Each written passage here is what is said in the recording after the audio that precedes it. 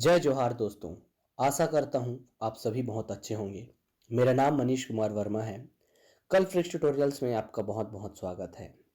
राज्य वन सेवा ACF ranger के लिए हमने एक स्मार्ट कोर्स बनाया है। आप कल फ्रिक्स ट्यूटोरियल के वेबसाइट पर जाकर कोर्स हेतु जानकारी प्राप्त कर सकते हैं। Hello students, this is Priyanka Pandey. कल फ्रिक्स ट्यूटोरियल्स के ऑनलाइन प्लेटफॉर्म पे मैं आप सबका स्वागत करती हूँ। हमारा आज का टॉपिक फॉरेस्ट्री का लेक्चर 3 है। इसके पहले प्रीवियस वीडियो में हमने क्या देखा था कि जितने भी टर्म्स पॉलिसीज़ थे, जितने भी डाटा थे, है ना, फॉरेस्ट्री से रिलेटेड, उसे हमने देखा था। उसके बाद क्या देखा था कि इस फॉरेस्ट्री से रिलेटेड जितने भी टर्म्स हैं कि कौन कौन सा टर्मिनोलॉजी हमको देखना है, कौन कौन सा परिभाषा देखना है, कौन कौन से ऐसे इम्पॉर्टेंट टर्म हैं जिसको हमको आगे चल के अपने सिलेबस में कवर करना है। तो उन सारे टर्म का, उन सारे परिभाषिकी का क्या किए थे, हम स्टडी किए थे। आज का हमारा वीडियो आपके टॉपिक के, आपके सिलेबस के पहले टॉपिक से रिलेटेड है, जिसको क्या बोला जाता है, सिल्वी कल्चर। ओके, हमारा पहला टॉपिक क्या है, सिल्वी कल्चर। ठीक है, सबसे पहले तो मैं आपको ये बताना चाहती हूँ कि सिल्वी कल्चर क्या होता है। अगर आपने मेरा प्रीवियस वीडियो देखा होगा तो थोड़ा बहुत तो आपको पता चल ही गया होगा कि सिल्वी कल्चर मतलब क्या होता है। ठीक है, सिल्वी कल्चर का सिंपल से सिंपल मीनिंग क्या होता है। सिल्वी का मतलब होता है फॉरेस्ट या वन, है ना, और कल्चर का मतलब सिंपल मीनिंग होता है खेती करना या उगाना। ठीक है भाई, फॉरेस्ट, सिल्वी का मतलब क्या होता है, फॉरेस्ट जिसे वन कहा जाता है, और कल्चर का सिंपल मीनिंग में क्या होता है, खेती करना या उगाना। मतलब वन की खेती करना, वन की खेती करना, ठीक है, उसको सिल्वी कल्चर बोला जाता है। सिल्वी कल्चर का अगर मैं हिंदी में बात करूँ तो इसे क्या बोला जाता है, वन संवर्धन। ठीक है, वन संवर्धन कहा जाता है। ठीक है, सिल्वी जो टर्म है ना, सिल्वी जो टर्म है वो कहाँ से लिया गया है। ये जो सिल्वी टर्म है ये एक लैटिन वर्ड से लिया गया है, लैटिन वर्ड से लिया गया है, जिसको क्या बोला जाता है, सिल्वा। ठीक है, जिसको क्या बोला जाता है, सिल्वा बोला जाता है। और सिल्वा का सिंपल मीनिंग क्या होता है, रीजनरेशन। क्या, रीजनरेशन, जिसको क्या बोला जाता है, पुनर्जीवन। ठीक है, क्या, पुनर्जीवन कहा जाता है। मतलब अगर हम सिल्वी कल्चर को अच्छे से डिस्क्राइब करें तो क्या कह सकते हैं, वन संवर्धन को अगर अच्छे से इसकी व्याख्या करें तो क्या कह सकते हैं।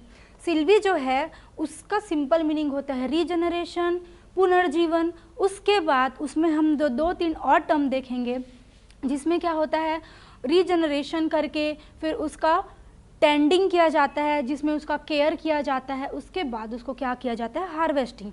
तो अगर हम सिल्वी कल्चर का डेफिनेशन देखें तो सिल्वी कल्चर क्या हो सकता है, Silvi culture is a branch of forestry which deals with the growing of forest for the purpose of getting timber. Timber क्या होता है,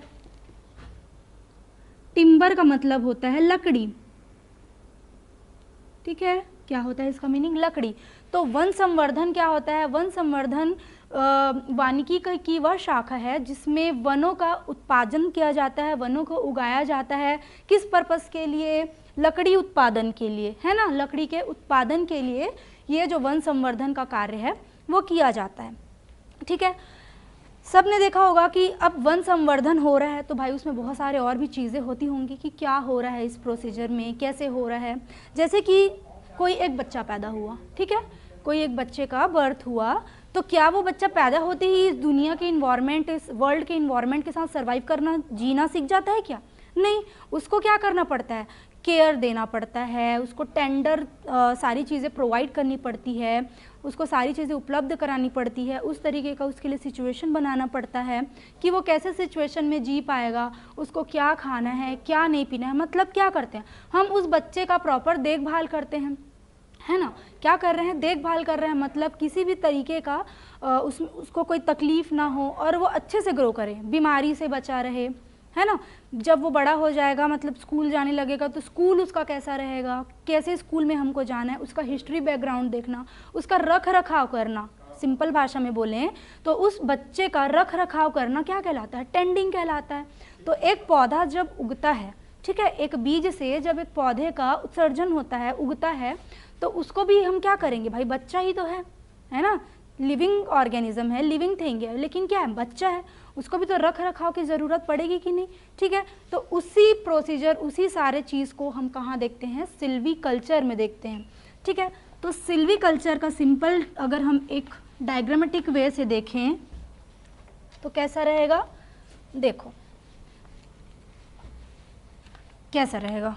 ठीक है, ये एक वृक्ष है। अब मैं यहाँ पे आपको पहले साइकिल के बारे में बता रही हूँ कि एक वृक्ष का साइकिल कैसे रहता है। ठीक है, उसका जीवन चक्र कैसे रहता है। ठीक है, तो ये एक वृक्ष हो गया।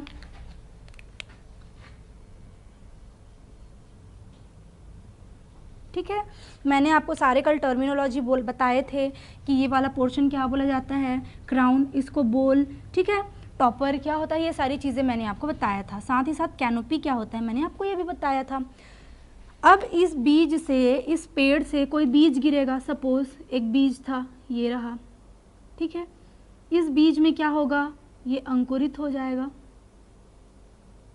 ठीक है, अंकुरित होगा ना, ऐसे अंकुरित हुआ। ये अंकुरित होने के बाद क्या बनेगा? एक पौधे का फॉर्म लेगा। ठीक है, ये एक पौधे का फॉर्म लिया और ये पौधा बनने के बाद ये फिर से क्या बन जाएगा? एक वृक्ष का भाग बन जाएगा। ठीक है, ये क्या बन जाएगा? एक वृक्ष बन जाएगा। ठीक है, अब हमारे ज़रूरत के हिसाब से हम इस वृक्ष को की कटाई भी कर सकते हैं या तो फिर इसको और अदर ग्रोथ के लिए रख सकते हैं। ठीक है, जैसे कि आम हो गया तो इसको फल के उत्पादन के लिए रख सकते हैं और किसी चीज़ के लिए। तो इसी को क्या बोला जाता है? सिल्वी कल्चर। ठीक है, सिंपल मीनिंग में इसी को क्या बोला जाता है? सिल्वी कल्चर बोला जाता है। ठीक है, ये बीज है, बीज में यहाँ पे क्या हुआ? ग्रोथ हुआ। अब ग्रोथ होने के बाद क्या हो रहा है? वो फिर से प्लांटलेट बन रहा है, जिसको हम लोग क्या बोलते हैं? सीडिंग। फिर बनता है सीडलिंग। ठीक है, सीडलिंग के बाद क्या बनता है? ये टेंडिंग। टेंडिंग के बाद हार्वेस्टिंग। अब हार्वेस्टिंग आप किस तरीके से कर रहे हैं ये डिपेंड आप पे करता है। हो सकता है वो कुछ ऐसा वृक्ष हो जिसकी खेती आपने की है जो फलों का उत्पादन करे, तो आप उस वृक्ष को तो नहीं काटेंगे, फलों के लिए क्या करेंगे? उसको बचा के रखेंगे। तो यहाँ पे हार्वेस्टिंग आप किसकी कर रहे हैं?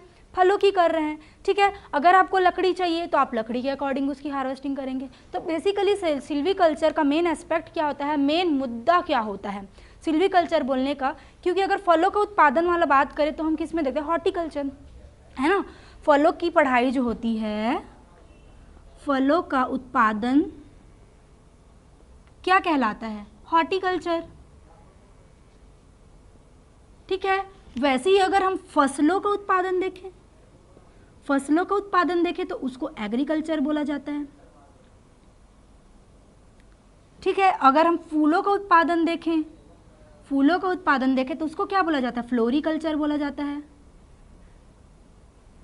अपने अपने अकॉर्डिंग एक वैज्ञानिक भाषा में हर चीज़ों के उत्पादन को एक नाम दिया गया है। वैसे ही यहाँ पे किसका उत्पादन किया जा रहा है? यहाँ पे वनों का उत्पादन किया जा रहा है, वृक्षों का उत्पादन किया जा रहा है। किस नाते, किस चीज़ के लिए? तो वृक्षों से उस लकड़ी को लेने के लिए। जैसे कि मैंने आपको बताया था टीक, जिसे वनों के वृक्षों का राजा कहा जाता है, आपने मेरे प्रीवियस वीडियो में देखा होगा। ठीक है, तो टीक, साल की लकड़ी का क्या काम रहता है? साल या सागौन हो गया, सागौन की लकड़ी। सागौन की लकड़ी का क्या काम रहता है भाई? सागौन की लकड़ी को लिया जाता है फर्नीचर बनाने के लिए, सोफ़ा, बेड या जो भी आपका फर्नीचर हो उसको बनाने के लिए साल की लकड़ी का, सागौन की लकड़ी का इस्तेमाल किया जाता है। और बहुत ही सबसे ज़्यादा अच्छा क्वालिटी का भी माना जाता है सागौन और साल की लकड़ी को। ठीक है, तो इसका उत्पादन क्या कहलाएगा? सिल्वीकल्चर। मोटो क्या है, लक्ष्य क्या है कि हम सिल्वीकल्चर क्यों कर रहे हैं? तो लकड़ी के उत्पादन के लिए। ठीक है, for the production of timber we are growing crops. Okay, तो सिल्वीकल्चर क्या होता है? सिल्वीकल्चर क्या होता है? Branch of forestry that deals with with the growing या cultivating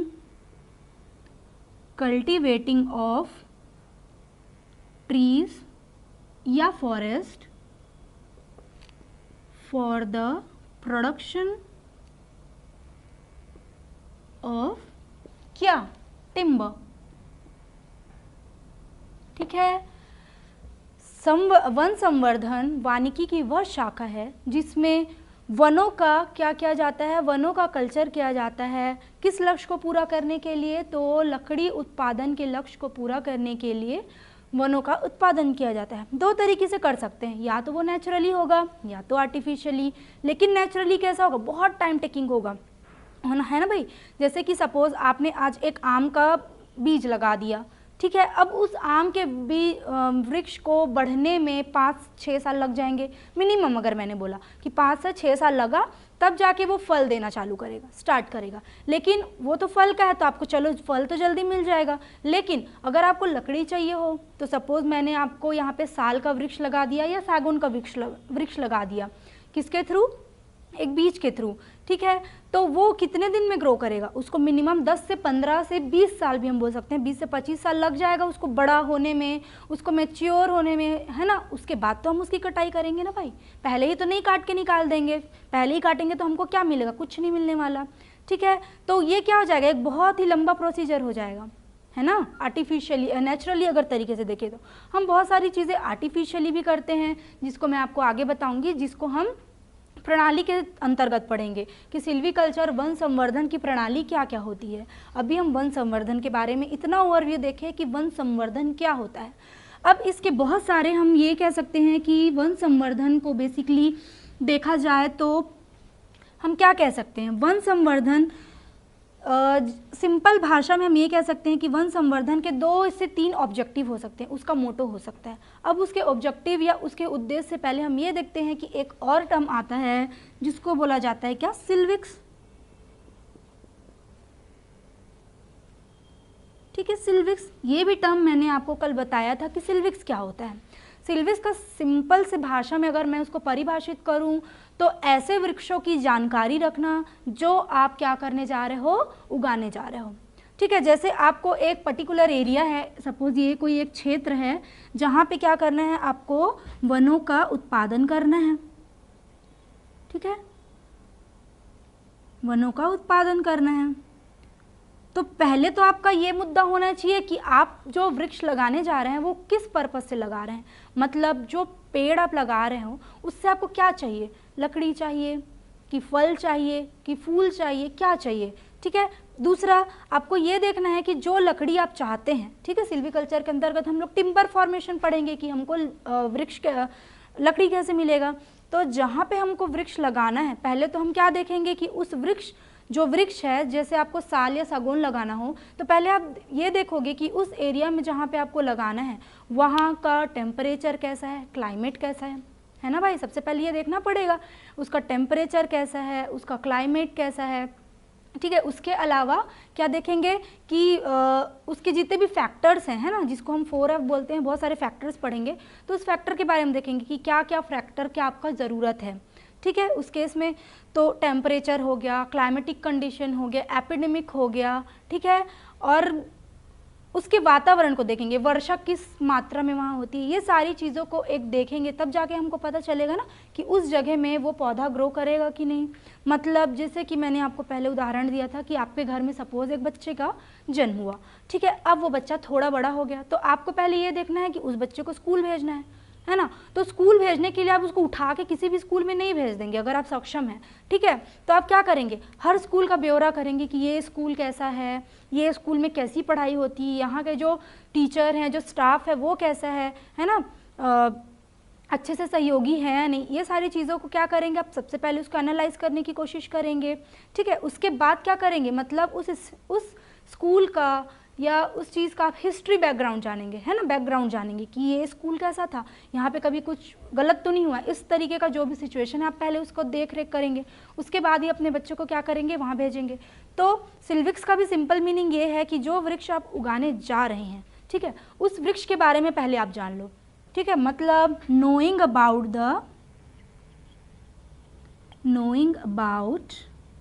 the history of forest या tree which are going to be cropped या कल्टीवेट, है ना। मतलब उस वृक्ष के की जो खेती कर रहे हैं उसका कल्टीवेशन कैसा है, उसके बारे में आपको पूरा हिस्ट्री जानना है, उसका बिहेवियर जानना है कि उस पर्टिकुलर वृक्ष का बिहेवियर कैसा है, कैसे इन्वायरमेंट में क्या करेगा, वो सर्वाइव करेगा। ये सारी चीज़ों के बारे में आपको जानना बहुत ज़रूरी होगा। तो ये सारी हम किसके अंतर्गत पढ़ेंगे, सिल्विक्स के अंदर पढ़ेंगे। ठीक है, ये इतना क्लियर है आपको, आप सबको। ठीक है, इतना हम बेसिकली एक इंट्रोडक्शन वीडियो में हम कह सकते हैं कि सिल्विक्स का मतलब वन संवर्धन का, सिल्वीकल्चर का सिंपल मीनिंग क्या होता है, तो यही होता है। देखिए फॉरेस्ट्री हम ऐसा नहीं बोल सकते कि छोटा सा सब्जेक्ट है ना, छोटा सब्जेक्ट बिल्कुल नहीं है, बहुत ही वास्ट है, लेकिन आपको इतना वास्ट नहीं पढ़ना है जितना कि है। ठीक है, आपको सिर्फ ओवरव्यू पढ़ना है, आपको सिर्फ कुछ जानकारी जो उसका ऊपर है उसी हिस्से को पढ़ना है, एकदम डीप में नहीं जाना है। एकदम डीप में जाने की कोशिश करेंगे तो वो क्वेश्चन फंसने भी नहीं वाला है, और दूसरा क्या होगा, आपसे बनने भी नहीं वाला है। तो आप उतना ही पढ़िए जितना आपको पढ़ाया जा रहा है, या आप जहाँ से भी अपना मटेरियल कलेक्ट करते हैं। ठीक है, तो वन संवर्धन का सिंपल मीनिंग क्या होता है, ये होता है। अब वन संवर्धन हो रहा है, ठीक है, तो इस वन संवर्धन का कुछ उद्देश्य भी होगा कि वन संवर्धन क्यों हो रहा है। तो ये जो सिल्वीकल्चर हो रहा है उसी को क्या बोला जाता है, उसी को बोला जाता है ऑब्जेक्टिव। ठीक है, तो ऑब्जेक्टिव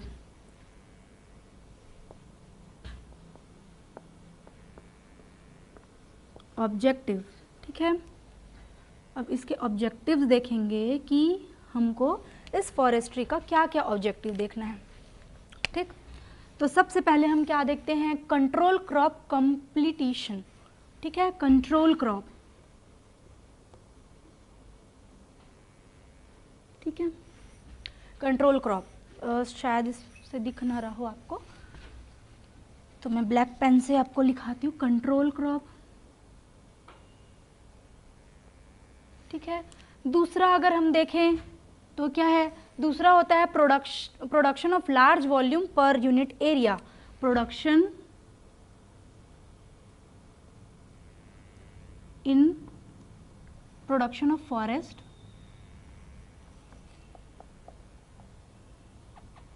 लार्ज वॉल्यूम एरिया, कि लार्ज वॉल्यूम में उसका प्रोडक्शन कैसा हो रहा है।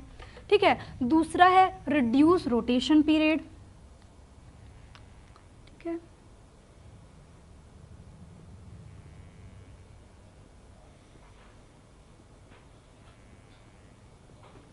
ठीक है, रिड्यूस रोटेशन पीरियड। तीसरा हम बात करें, नेक्स्ट हम बात करें तो एफॉरेस्टेशन,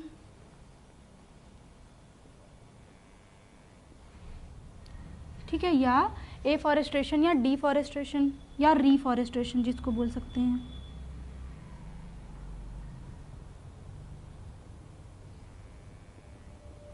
ठीक है, उसके बाद नेक्स्ट हम बात करें तो नेक्स्ट क्या होता है, इंट्रोडक्शन ऑफ एक्सोटिक्स। ठीक है,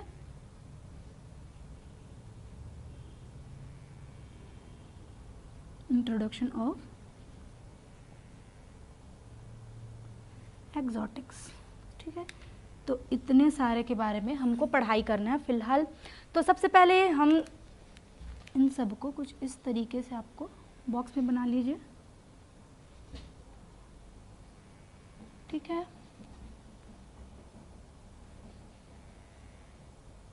ठीक है, तो अभी देखते हैं कि इसका मेन उद्देश्य क्या है, सिल्वीकल्चर हम क्यों कर रहे हैं।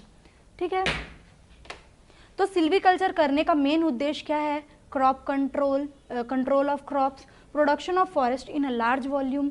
ठीक है, कंट्रोल क्रॉप मतलब जिस चीज़ की खेती कर रहे हैं आप उसको कैसे कंट्रोल कर रहे हैं। ठीक है, कैसे कंट्रोल उसका हो रहा है। ठीक है, उसके बाद production of trees in a large volume area, कि यहाँ पे जो प्रोडक्शन हो रहा है वो कैसा हो रहा है, कितने बड़े एरिया में हो रहा है, और कितने बड़े एरिया में आप कितना सारा क्या कर रहे हैं, उत्पादन कर रहे हैं। ठीक है, फिर reduce rotation period. Rotation period क्या होता है कि एक वृक्ष का जो ग्रो करने का कैपेसिटी है आप उसको कितना रिड्यूस कर रहे हैं। ठीक है, जैसे कि मैंने बोला अभी आगे मैं आपको एक्सप्लेन करूंगी। उसके बाद आता है एफॉरेस्टेशन या रीफॉरेस्टेशन। जिस जगह से आप हार्वेस्टिंग कर रहे हैं, कटिंग कर रहे हैं, फेलिंग कर रहे हैं, उस जगह पे आप कितना वृक्ष का उत्पादन उतना कितना वृक्ष आप उगा रहे हैं, जिससे जितना आप कटिंग करें, काटें, उसके बाद उगा देने से क्या होगा, वो बैलेंस्ड हो जाएगा, है ना। तो उस चीज़ को देखना। तीसरा, इंट्रोडक्शन ऑफ एक्सोटिक्स। एक्सोटिक का मतलब क्या होता है, विदेशी वृक्षों को आप कैसे अपने एरिया में उगा सकते हैं, किस तरीके का उसका रख रखाव करेंगे, किस तरीके से उसका टेंडिंग करेंगे कि वो क्या होगा, अच्छे से उगेगा।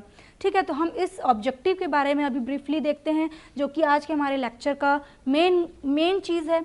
ठीक है, तो सबसे पहले देखते हैं control of crop. Control of crop क्या होता है, क्रॉप या फॉरेस्ट बोल सकते हैं। ठीक है, तो देखिए कंट्रोल, जैसे कि ये कोई एक जगह है, एक एरिया है, ठीक है, यहाँ पे आपने क्या किया, बहुत सारे वृक्ष का क्या कर दिया, ग्रोथ कर दिया ना भाई, यहाँ पे बहुत सारे वृक्ष का क्या हो गया, ग्रोथ हो गया। अब इसको क्या करना है, आपको कंट्रोल करना है ना, कि ये कैसे ग्रो कर रहा है, कैसे हो रहा है, इसको क्या क्या क्लाइमेटिक फैक्टर्स चाहिए, क्या क्या क्लाइमेटिक फैक्टर्स चाहिए, कैसा टेम्परेचर चाहिए, ताप कैसा चाहिए, ठीक है। दूसरा, वर्षा का स्थिति कैसा है वहाँ पे, ठीक है, रेनफॉल कैसा है, सॉइल कैसा है वहाँ का, सॉइल का टेक्सचर, है ना, मृदा का स्वरूप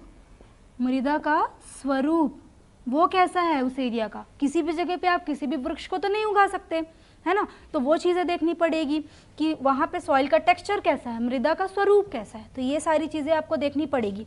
दूसरा चीज़ कि आप इस वृक्ष को कैसे प्रोटेक्ट कर रहे हैं।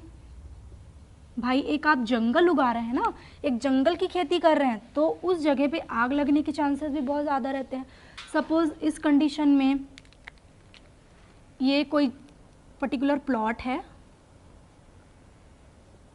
ये सपोज, ठीक है, यहाँ पे वृक्ष लगा है, ठीक है, इतने जगहों में क्या लगा है, वृक्ष लगा है। सपोज इस जगह पे किसी कंडीशन से आग लग गई। क्यों लग सकती है आग, फॉरेस्ट फायर किस कंडीशन से होता है, सबसे पहले मैं बता दूं कि जो सूखी पत्तियां झड़ती हैं, ठीक है, जैसे ही सूखी पत्तियां झड़ी तो गर्मी के दिनों में क्या होता है, ज़मीन के नीचे का ताप क्या होता है, बढ़ते जाता है, टेम्परेचर बढ़ते जाता है। तो टेम्परेचर बढ़ने के कारण यहाँ पे जो गिरी पत्तियाँ हैं, है ना, वो भी ताप में मतलब उसमें भी गर्मी चढ़ेगी और क्या होगा, वो आग लग जाएगा।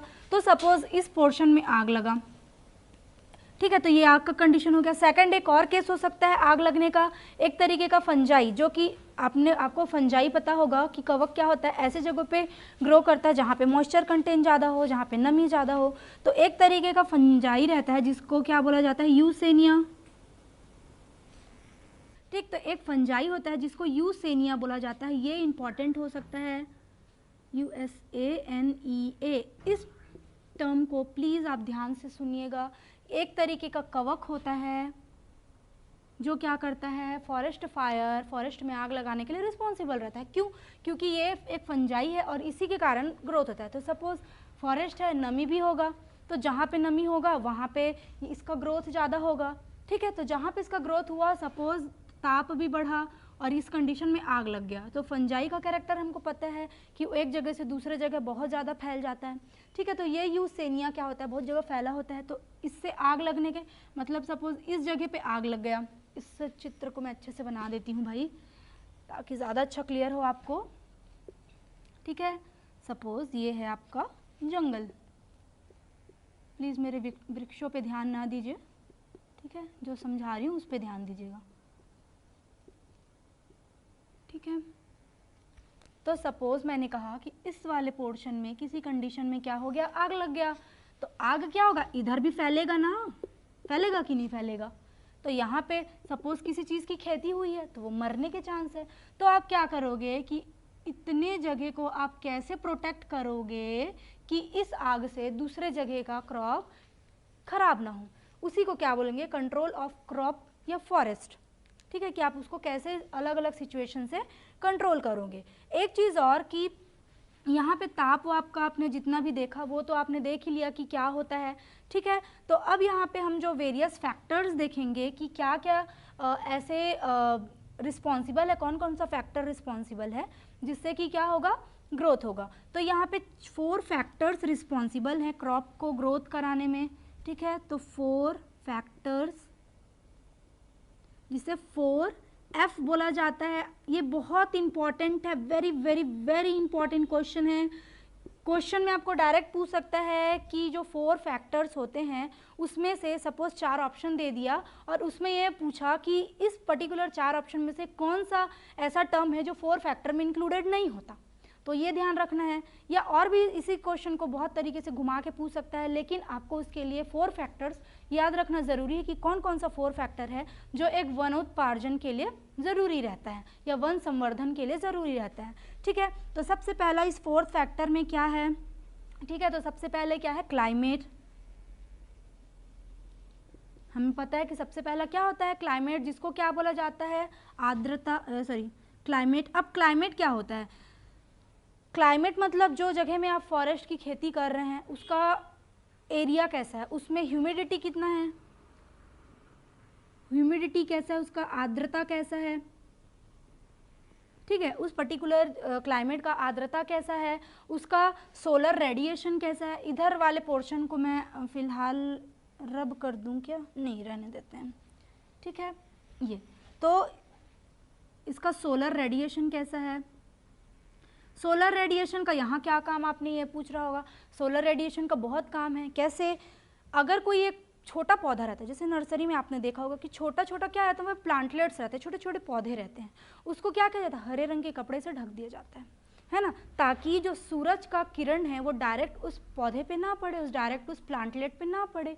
क्यों, क्योंकि सोलर का रेडिएशन क्या होता है, बहुत ही ज़्यादा रहता है। सन का रेडिएशन कैसा रहता है, बहुत ही ज़्यादा रहता है। और अगर वो सन का रेस डायरेक्ट एक टेंडर, एक छोटे से, एक नरम से पौधे पे पड़ेगा तो क्या होगा, उसको नुकसान होगा, उसके टिश्यूज़ डैमेज होना स्टार्ट हो जाएंगे, ठीक है। इसलिए उसको एक प्रोटेक्शन में रखा जाता है। जब वो वृक्ष बड़ा होने लगता है तब, या थोड़ा बड़ा हो जाता है तब, वो क्या करते हैं, उसको ग्रो करते हैं, ठीक है। तो यहाँ पे सोलर का रेडिएशन कैसा है वो भी देखना पड़ेगा, ठीक है। टेम्परेचर कैसा है, विंड कैसा है, हवा भी तो चाहिए ना भाई, वो सारी चीज़ें देखनी पड़ेगी। ये एक फैक्टर हो गया। दूसरे फैक्टर की बात करें तो दूसरा फैक्टर होता है एडिफिक, ठीक है। एडिफिक, एडिफिक क्या होता है, हिंदी में मैं आपको बताना चाहती हूँ कि एडिफिक का मतलब मृदा संरचना, कि उस जगह का मृदा संरचना कैसा है, उस मृदा का टेक्सचर कैसा है, मतलब सॉइल का कंपोजिशन क्या है, इंग्लिश मीडियम वाले बच्चों के लिए है ना, कि सॉइल का कंपोजिशन कैसा है, वहाँ का टेक्सचर कैसा है, उसमें क्या क्या कंटेंट्स आपको मिल रहे हैं। ये सारी चीज़ों को फोकस करने से क्या होगा, ग्रोथ होगा, ठीक है। तो हमने ये देख लिया। तीसरे फैक्टर का अगर हम बात करें तो तीसरा फैक्टर होता है टोपोग्राफी, ठीक है। इतने भारी भरकम शब्दों को देख के डरिएगा मत, सिर्फ उसका हिंदी मीनिंग याद रखिएगा या उसका सिंपल मीनिंग याद रखिएगा, आपको 4 फैक्टर्स बन जाएंगे, ठीक है। तो टोपोग्राफी मतलब क्या होता है, स्थलाकृति, कि जिस जगह पे आप ग्रो करा रहे हैं उसका स्थान कैसा है, ठीक है। स्थान की भी बहुत देख रेख करना पड़ता है, वहाँ का ज़मीन कैसा है ना भाई, उसका ज़मीन कैसा है, ठीक है। वहाँ का ज़मीन उबड़ खाबड़ तो नहीं है, जैसे कि कुछ खेती स्लैंटिंग एरिया में नहीं हो पाएंगे, तो उस चीज़ को देखना पड़ेगा कि समतल भूमि है कि उबड़ खाबड़ भूमि है कि स्लोपी फॉर्म में है, ये सारी चीज़ों को देखना पड़ेगा। तो उसका टोपोग्राफी कैसा है ये देखना पड़ेगा। चौथे फैक्टर की अगर मैं बात करूँ, इस चीज़ को मैं रब करती हूँ, तो 4th क्या है उसका, बायोटिक, बायोटिक, ठीक है। बायोटिक मतलब जैविक, जैविक फैक्टर, ठीक है। मतलब जिस जगह में आप ग्रो कर रहे हैं वहाँ का जो जैविक स्थिति है वो कैसा है, ऐसा कोई जीव जंतु तो नहीं है ना जो उस फॉरेस्ट को नुकसान पहुँचाएं, उससे प्रोटेक्शन कराना है। ऐसे कोई और भी चीज़ तो नहीं है ना, जैसे गाय बैल नहीं है या और भी कुछ नहीं है जो उसको ख़राब कर सकते हैं उस फसल को। तो ये सारी चीज़ों को देखना क्या कहलाता है, बायोटिक फैक्टर, की उस पर्टिकुलर एरिया का बायोटिक फैक्टर कैसा है, इस चीज़ों को भी ध्यान देना है। तो ये सारी चीज़ें हम किस में देखते हैं, कंट्रोल क्रॉप फॉरेस्ट, कि हम उसको कैसे कंट्रोल कर सकते हैं। ये चारों मोस्ट इंपॉर्टेंट है। प्लीज़ मैं आपको 2 बार 3 बार 10 बार 100 बार बोल रही हूँ कि ये 4 फैक्टर्स याद रखिएगा।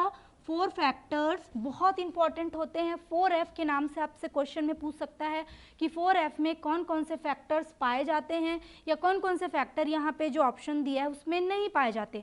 तो ये चीज़ों को आपको ध्यान में रखना है कि पहला होता है क्लाइमेट, जिसको क्लाइमेट को देखते हैं। दूसरा एडोफिक देखते हैं, जिसमें मृदा की संरचना उसके टेक्सचर को देखते हैं।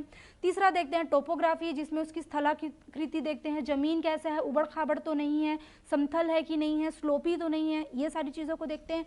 चौथा देखते हैं बायोटिक, कि वहाँ पे जैविक विविधता या जैविक फैक्टर कैसा है, कोई ऐसा जानवर तो नहीं वहाँ पे प्रेजेंट है जो उस खेती को क्या करेगा, नुकसान पहुँचा सकता है। ये सारी चीज़ों को देखना 4 फैक्टर कहलाता है। Is it clear? किसी भी प्रकार का कोई भी डाउट होगा तो आप प्लीज़ कमेंट बॉक्स में कमेंट करके पूछ सकते हैं।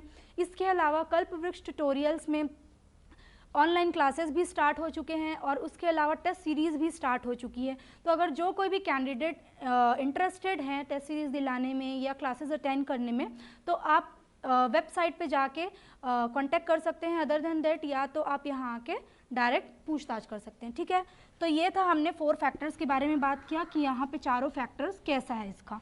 ठीक है, नेक्स्ट हम अपने सेकंड ऑब्जेक्टिव में आते हैं कि इसका सेकंड ऑब्जेक्टिव, सेकंड उद्देश्य क्या है।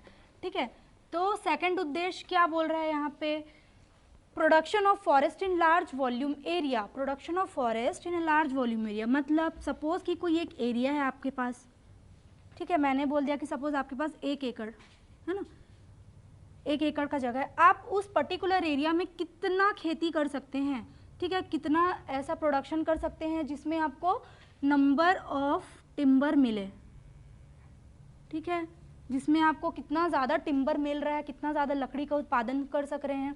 ठीक है, उसी के विज्ञान को क्या बोला जाता है, production of forest in a large volume area. मतलब आप उस पर्टिकुलर सिल्वीकल्चर के प्रोसीजर में कितने सारे लकड़ी का उत्पादन कर सक रहे हैं, उसको क्या कहेंगे हम, उसका नंबर ऑफ टिम्बर का फॉर्मेशन या production of forest in a large volume area. Simple meaning है। ठीक है, कि एक छोटा एरिया है, अब वहाँ पे आप कैसे मैनेजमेंट करेंगे। ठीक है, सिल्वीकल्चर मतलब मैनेजमेंट है ना भाई, मैनेजमेंट तो होता है, क्या किसका मैनेज कर रहे हैं, तो क्रॉप जिसको उगा रहे हैं उसका मैनेजमेंट कर रहे हैं।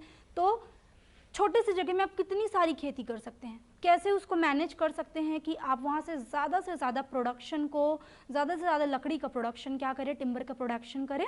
तो उस पर्टिकुलर टर्म को यहाँ पे दूसरा ऑब्जेक्टिव है इसका कि आप उस सिल्वीकल्चर से कितना ज़्यादा उत्पादन कर सकते हैं। ठीक है, तीसरा जो इम्पॉर्टेंट भी है और डायरेक्ट पूछ भी सकता है कि रोटेशन पीरियड क्या होता है। ठीक है, तो सबसे पहले मैं आपको ये बता दूं कि रोटेशन पीरियड क्या होता है। जैसे कि मैं आपको यहाँ पे एग्जांपल दिया कि सपोज ये कोई एक सीड है। ठीक है, ये कोई एक सीड है, मैंने यहाँ पे सीडिंग कर दी, मतलब सीड को ज़मीन में डाल दिया। अब इस सीड से क्या होगा, सीडलिंग होगा, मतलब इस तरीके का क्या होगा, पौधा निकलेगा। ठीक है, इस पौधे से क्या बनेगा, एक वृक्ष बनेगा, है ना, एक वृक्ष बनेगा। कितना टाइम लेगा, एक बीज से एक वृक्ष बनने तक का प्रोसीजर में करीब, अगर हम इसे लकड़ी उत्पादन करें तो 20 से जितना भी बोले 25 30 जितना है ना ईयर ले सकता है, इतना साल लग सकता है। ठीक है, और सपोज इसके बाद फिर हम इसको काट दिए, एक कोई जगह है, इस जगह पे आप ट्री लगा दिए और लकड़ी के लिए इसको काट दिए सबको एक साथ, चाहे ये ढंग से उगा हो या ना उगा हो। सपोज इस कंडीशन में ऐसा भी तो हो सकता है कि कोई अच्छे से उगा है या नहीं उगा है। ठीक है, तो मैंने यहाँ पे एक वृक्ष था उसको काट दिया। ठीक है, यह पक गया है और हमें इससे लकड़ी की ज़रूरत है। ठीक है, तो रोटेशन पीरियड मतलब सिंपल हम ये बोल सकते हैं कि एक बीज से, एक सीड से ट्री बनने तक का प्रोसीजर। ठीक है, एक सीड से ट्री बनने तक का प्रोसीजर क्या कहलाता है, रोटेशन पीरियड कहलाता है। लेकिन अगर हम इसी रोटेशन पीरियड को कम कर दें, अब ऐसा तो नहीं है ना भाई कि एक बीज है उसको हम कम करके आधा कर दें, ऐसा हो सकता है क्या, बिल्कुल ऐसा नहीं हो सकता। तो हम उसके लिए क्या करेंगे कि सपोज इस जगह से हमको इस वृक्ष का कटाई करना है। ठीक है, हमें इस वृक्ष का टिम्बर चाहिए, तो हम क्या करेंगे, इस वृक्ष को काटने के 2 साल 3 साल पहले इसी जगह पे एक छोटा सा और वृक्ष लगा देंगे, पौधा लगा देंगे। जब तक ये पौधा, ये वाला वृक्ष मैच्योर होगा, बड़ा होगा, तब तक ये वृक्ष क्या होगा, ग्रो, थोड़ा बड़ा हो चुका रहेगा, है ना, थोड़ा बड़ा हो चुका रहेगा। ठीक है, फिर हम क्या करेंगे, इसको काट देंगे और इसको काटने के बाद फिर यहाँ ये वाला मैच्योर होता रहेगा और जिस जगह से हम काटेंगे उस जगह एक और खेती कर दिए। मतलब ऐसा करके क्या कर रहे हैं हम, एक वृक्ष की के रोटेशन पीरियड को कम कर रहे हैं। मतलब जिस जगह से हम वृक्ष की कटाई कर रहे हैं उसी जगह पे दूसरा वृक्ष लगा के हम उसको एनहांस कर रहे हैं, ज़्यादा ग्रोथ कर रहे हैं। ठीक है, सिंपल टर्म में तो इसी को क्या कर रहे हैं, रिड्यूस ऑफ रोटेशन पीरियड। मतलब जिस जगह से आप किसी चीज़ को काट रहे हैं उस जगह पे फिर से किसी चीज़ का वनोपार्जन करना, पुनर्जीवन देना, उसको हम क्या कह रहे हैं, reducing of the rotation period. ठीक है, थर्ड, अगर हम ऑब्जेक्टिव की थर्ड उद्देश्य की बात करें तो वो क्या होता है, एफॉरेस्ट्रेशन या रीफॉरेस्ट्रेशन। ठीक है, मतलब री मतलब अगेन, अगेन फिर से फॉरेस्ट्री कर दो। ठीक है, अब मैंने आपको क्या बोला कि सिल्वीकल्चर, ये सिल्वीकल्चर है। सिल्वीकल्चर का मेन मुद्दा क्या होता है, भाई हमको लकड़ी चाहिए, कैसे भी सिचुएशन में हमें लकड़ी चाहिए। ठीक है, तो सपोज ये कोई एक जगह है, यहाँ पे हमने बहुत सारा लकड़ी है, उसको काट दिया। अब इस जगह में क्या हो गया, खाली हो गया ना, ये जगह खाली हो गया। तो उस जगह में क्या करेंगे, हम और पौधे लगा देंगे जिससे कि और जब ग्रोथ हो तो यहाँ पे हमें और भी ज़्यादा वृक्ष मिले, और भी ज़्यादा टिम्बर मिले। उसी को क्या बोलेंगे, एफॉरेस्ट्रेशन या रीफॉरेस्ट्रेशन। ठीक है, सिंपल टर्म था। नेक्स्ट अगर ऑब्जेक्टिव की बात करें तो वो क्या है, इंट्रोडक्शन ऑफ एक्सोटिक। एक्सोटिक का मतलब क्या होता है, विदेशी। ठीक है, विदेशी, ऐसे वृक्ष जिससे आपको ऐसे, मतलब जो फॉरेन ट्री है जिसको बोल सकते हैं, जो ऐसी जगहों पे ग्रो करता है, जैसे ये हमारा कोई एरिया है, यहाँ पे कुछ, जैसे कि मैंने बोला कोनिफर्स। ठीक है, कोनिफर हर जगह पे ग्रो नहीं कर पाएगा, ये सिर्फ ऐसे जगह पे ग्रो करेगा जहाँ पे जो हिली एरिया होगा, है ना, पहाड़ी क्षेत्र, हिली एरिया में ग्रो करेगा। तो इस वाले वृक्ष को हम अपने इन्वायरमेंट में अगर लगाना चाहते हैं तो उसके लिए क्या क्या मैनेजमेंट करना पड़ेगा, उसी को इंट्रोडक्शन ऑफ एक्सोटिक बोला जाता है। ठीक है, तो यहाँ पे लगाने के लिए क्या क्या रख रखाव करना पड़ेगा हमको, क्या क्या उसमें मैनेजमेंट करना पड़ेगा, क्या क्या उसमें इन्वायरमेंटल फैक्टर्स देखने पड़ेंगे, ये सारी चीज़ों को क्या बोला जाता है, इंट्रोडक्शन ऑफ एक्सोटिक बोला जाता है। तो अभी जो फॉरेस्ट्री है, जो सिल्वीकल्चर है, उसका मेन मोटो, मेन उद्देश्य क्या है, मेन ऑब्जेक्टिव क्या है, तो हमने crop control of crop forest देखा, production of forest in a large volume area देखा, रिडक्शन ऑफ रोटेशन पीरियड देखा, एफॉरेस्ट्रेशन रीफॉरेस्ट्रेशन देखा, उसके बाद इंट्रोडक्शन ऑफ एक्सोटिक्स देखा, है ना। तो ये सारे ऑब्जेक्टिव्स हैं इसके।